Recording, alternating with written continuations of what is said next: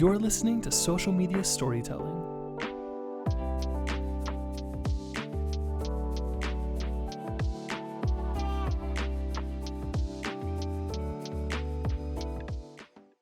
Sweet. I'm so excited for this episode. We have It's Modern Millie on today's episode. We actually met. So do you go by Millie, by the way? I've been meaning to ask that, or do you go by a different name? Millie, yeah. Okay, sweet. So we met her about a month ago from someone on our team, and she's been creating a lot of content. She creates a bunch of content. And I kind of just want for you to share your story, because I know you were posting about this as well. You stopped posting content for a little bit and then you get back on it. Could you just do like a quick intro of who you are and kind of what you're trying to do with your business? Yeah, of course. So what's up, everyone? It's Millie. I feel like I need to do like my YouTube intro. What's up, everyone? But my name is Millie. Online, I go by It's Modern Millie. But I guess this journey started in 2009. 2009, I started posting YouTube videos with my little brother just for funsies. We've always loved creating videos together. We were the ones. I'm one of 5 kids, so I'm number 4 in the bunch, and then my younger brother, he was number 5. So we were the youngest too.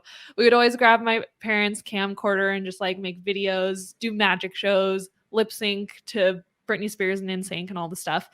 And so we were always making videos. So when YouTube came out, it was just natural to like do skits, post them to YouTube, all the things. And we posted on YouTube for 9 years.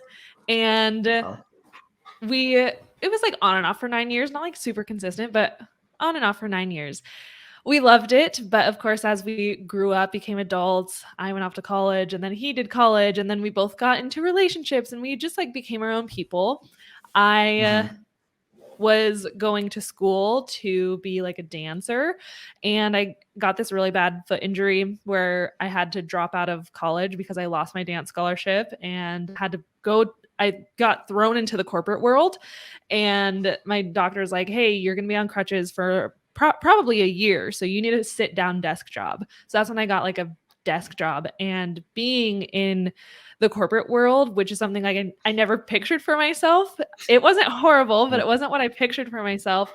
I had a lot of lack of creativity, and I missed dancing, but I couldn't dance anymore. And so I was like, how about I do YouTube again? So I started up posting to YouTube, posting to Instagram, and that's kind of how I came back to the online space in 2017 was when I kind of started posting again. I didn't really take it seriously until 2019, and that's when I was like, okay, I'm leaving my corporate job, and left my corporate job October 4th, 2019. And then COVID hit a few months later and really threw me into like, yeah, we're going to do this full time. Like we have no choice. Yeah. It's not like we could go back and get a job anywhere. And that COVID actually was really helpful for my online business. Like my YouTube really started to pick up. I had less than 10,000 followers on every platform until 2020. Wow.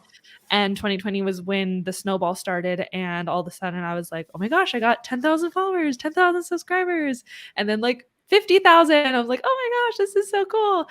So 2020 is really when the snowball happened. And long story short, sorry, I won't shut up.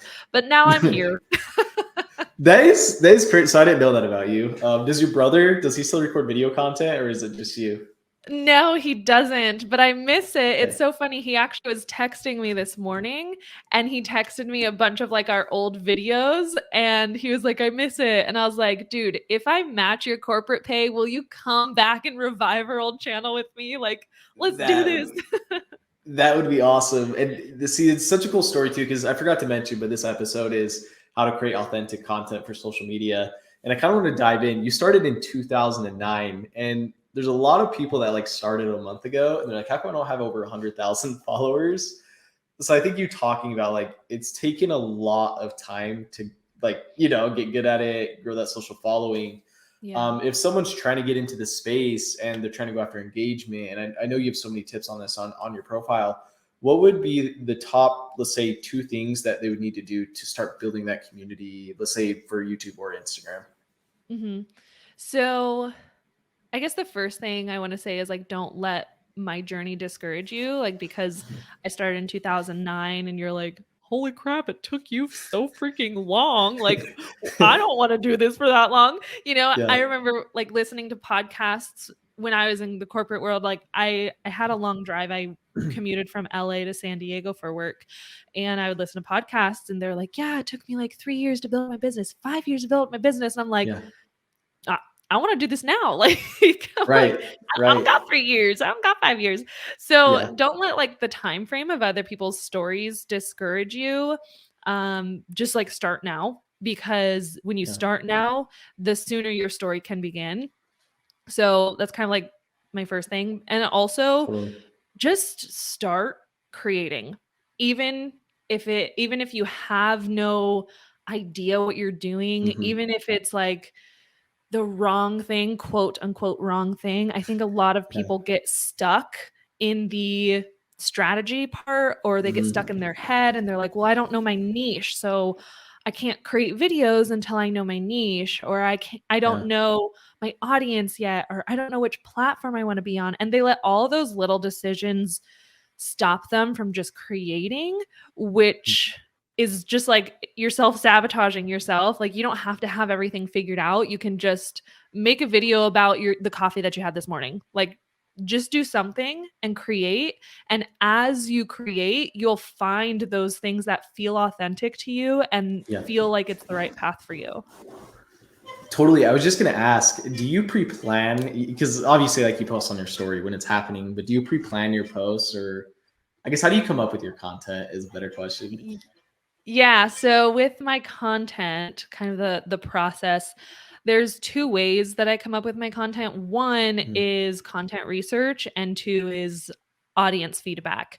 So my content research, I'll usually go to like YouTube and I'll type in a Mhm. keyword that I'm trying to target. So if I'm trying to rank for how to Mhm. grow on Instagram, like if I want my videos to show up for how to grow on Instagram, I'm going to look up how to grow on Instagram and see what is recommended under that search. So I utilize a lot of search engines like YouTube, Google, Pinterest, even TikTok is a great search engine. They're really like Yeah. ramping up as a search engine, which is really cool.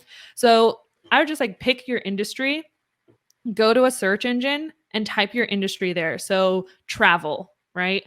So you go to TikTok, you type travel and see what's recommended under that. What are people Mhm. looking for? And target those things. So if people are looking for Yeah. travel guidelines for COVID in the USA, make a video talking about travel guidelines for COVID in the USA, and target those things that are already being searched for, because that's how you'll be able to pop in front of people's eyes. And then the second way is just audience Totally. feedback. I'm always asking like, hey, what videos do you want to see next? What topics do you want me to discuss? Let me know down in the comments below. And even like on Instagram, I could do a poll of like, hey, I have these videos planned. Which one do you want to see first? Mhm. And listening to my audience has been a really great way to, one, connect with my audience on a deeper level, because they're like, wow, she really is hearing and listening to our feedback. And Mhm. that goes into increasing your engagement, because when you hear their feedback and you're taking it into account and you're actually Yeah. taking action on those things, they're like, oh wow, I'm going to engage more and I'm going to comment more because she's listening to me.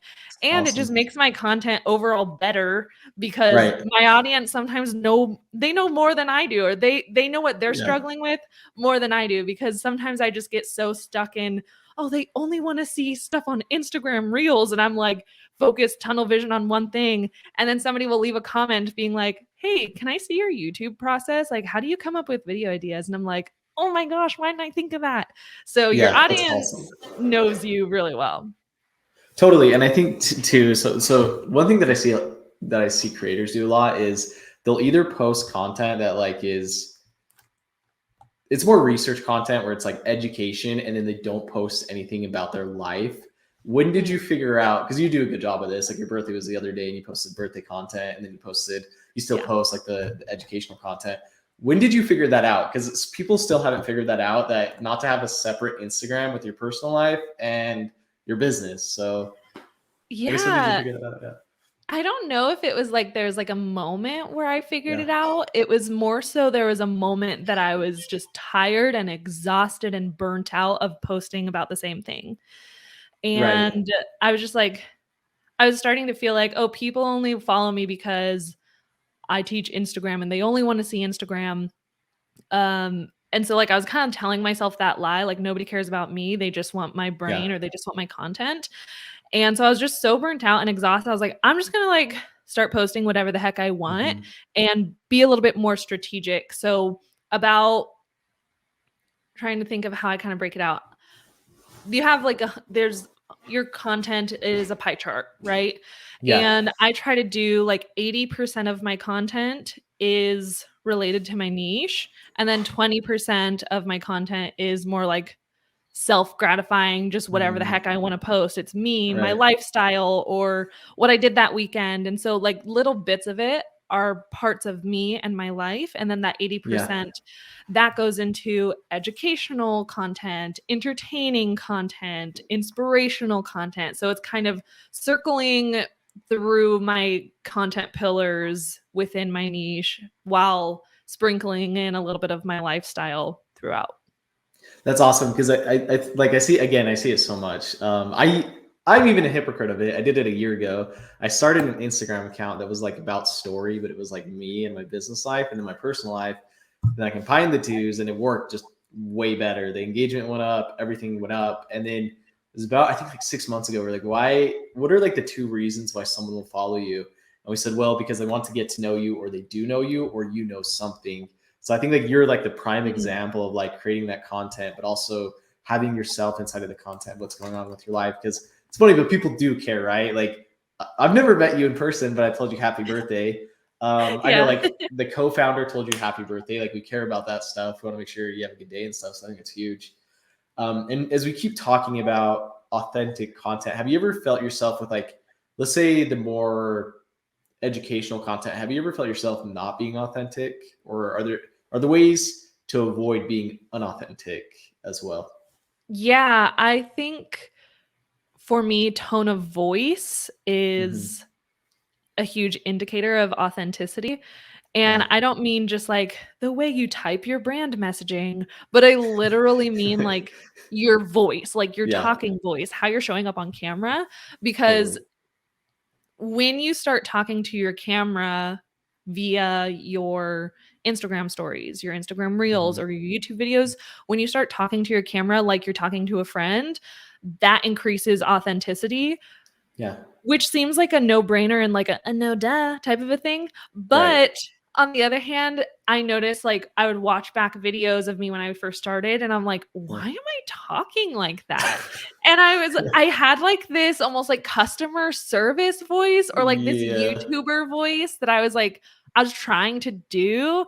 And when I do that on my stories of like, hey guys, so today I'm going to be like automatically that's not my voice. Like why would I talk Yeah. like that? I noticed the same Totally. thing for brand collaborations. Like sometimes I'll be filming a brand collab in the middle of a YouTube video. It's an integration. I'm like, this video is sponsored by Skillshare. And like, Yeah. and I'm like, why did I all of a sudden switch? And just like your tone of voice is so huge because people want to hear from you like you're the best friend. Like Right. you grabbed your phone and you're like, "Oh my gosh, you would not believe what just happened to me." Like just Yeah. talking to the camera with your true tone of voice is going to increase authenticity a ton.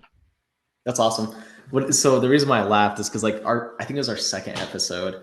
I had my voice. I changed it a lot because I work in customer service a lot, and I thought for a Yeah. podcast I'd be like way over the top for like a sports announcer. And remember the guy looking at me like, "What is going on? Like, who is this guy?" And I was like, "Hey guys, we're gonna redo the episode." And I'm glad it happened because I caught myself, but like I do it sometimes and I don't even know. So I think something that you mentioned to take out of that too is rewatch your videos. And I think people, as you create content, like you're gonna need these tips to get better and better, and it's gonna be very difficult. But rewatching those videos will help. Like you just said, like rewatching your videos helped you with getting your content better. Yeah. Um, okay, that's awesome. And when you're creating the content, do you have a process of like how do you get so much content out, I guess, is another good question, because you obviously get that question a lot, because people are asking how are you managing YouTube channel, Instagram, everything. How are you doing it all? I guess is a good one. I have a team. I just want to be like transparent. I would not be able to do this all by myself. If somebody's a solopreneur and they're trying to show up on YouTube and Instagram and TikTok and their email list and a podcast and all the places, it's going to be really hard. The only way I'm able to show up and look like I'm everywhere is because I have people helping me do that. So that's like the first thing. If you don't have a team, that doesn't mean you like can't show up everywhere if that's something you want to do. But if you aren't able to have a team, just focus on one place and go 100% in on that one place. If you have the luxury and you have the time or the lifestyle to repurpose content, say you want to focus on Instagram, so you're pumping out Instagram reels. If you have extra time to repurpose that to TikTok and YouTube Shorts, great, do it. But really hone in on like one platform where you could give 100% of your energy instead of like 30% energy here, 30% energy here, 30% energy here. Because when you're giving your 30% energy, you're going to receive 30% back from that platform. Right. When you give 100% of your energy, then you'll get that in return tenfold. So there's that. But also for anybody who's like, okay, well, I want more tips. Like, don't be like, don't do it. Like, give me the tips.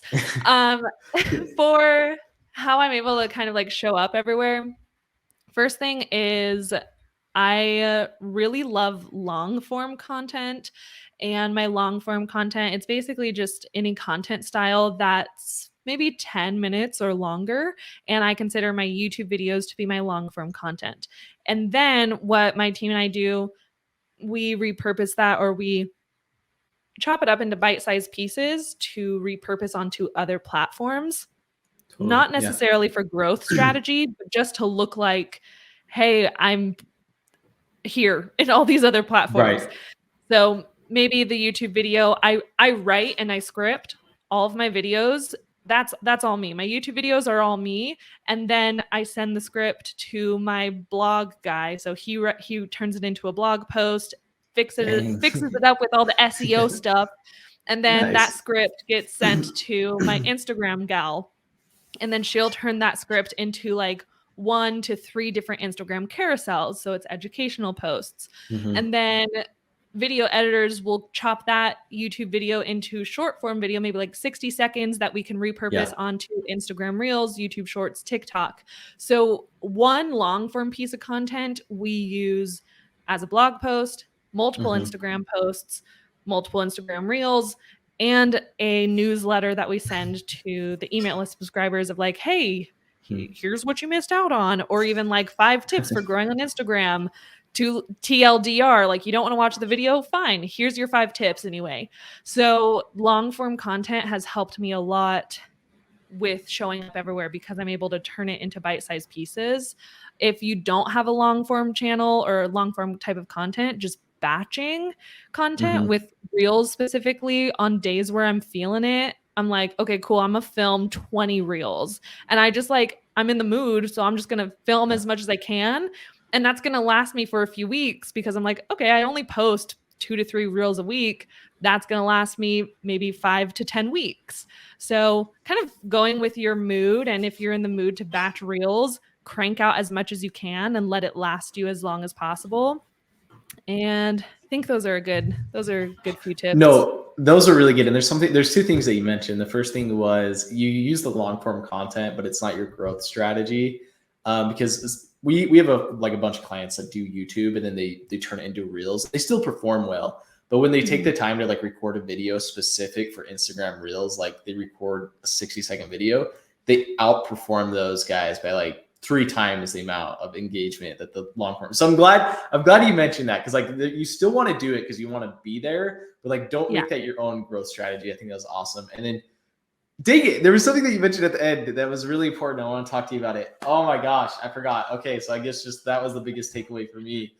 It was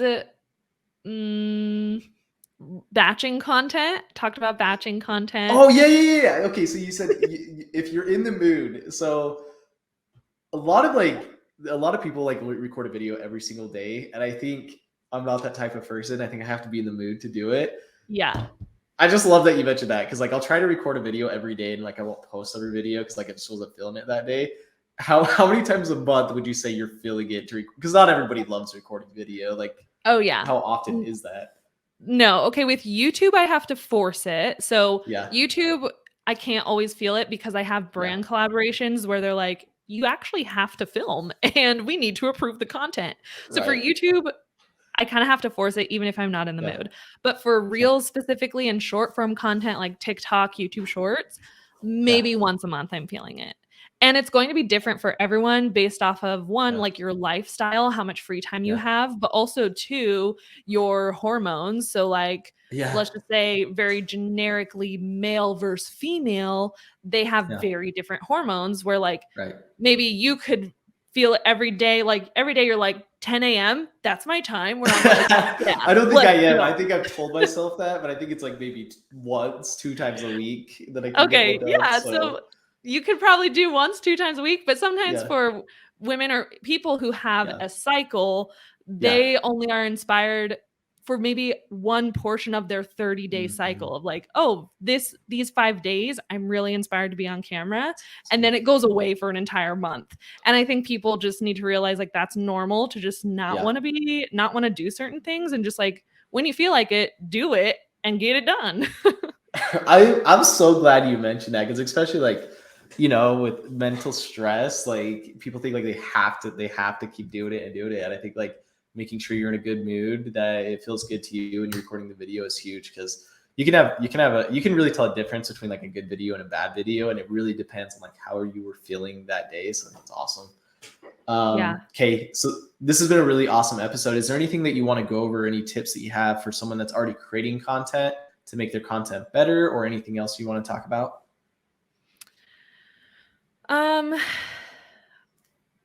Don't stop. Like, don't give up. That's the secret to success is simply not giving up. There's always going to be a rut. There's always going to be like dips and valleys, and the whole journey is a roller coaster, but like anything's possible as long as you don't give up. The second you give up, that's when it becomes not possible, because you stopped trying. But as long as you keep trying and you're persistent, all of those dreams that you have will come to fruition. So just keep going. And I like that you did talk about not kind of forcing it, because that leads to creator burnout. And creator burnout is so huge. It takes a toll on your body physically, mentally, emotionally, all the things. I've had some really gnarly creator burnout last year. So I was like, I had to stop posting for 3 months. I got really sick and was in and out of the hospital. And it was just due to stress and creator burnout. So like, it's not a joke. Take care of yourself. If you're not feeling it, don't be hard on yourself. Give yourself grace, because like the platform's always going to be there. It's not going anywhere. The views, like the next big viral trend will come. Like you're not missing out on anything by not joining a trend, because literally trends come and go so fast. So if you don't hop on a trend, it's not the end of the world, because next week there's going to be something new that you could hop on. Okay. That's awesome. You're awesome. Thanks for hopping on. Really appreciate it. We'll see you guys next time. And thanks again, Millie. Thank you. Thanks for listening. For all things social media, visit us online at storyy.co. We'll see you next time.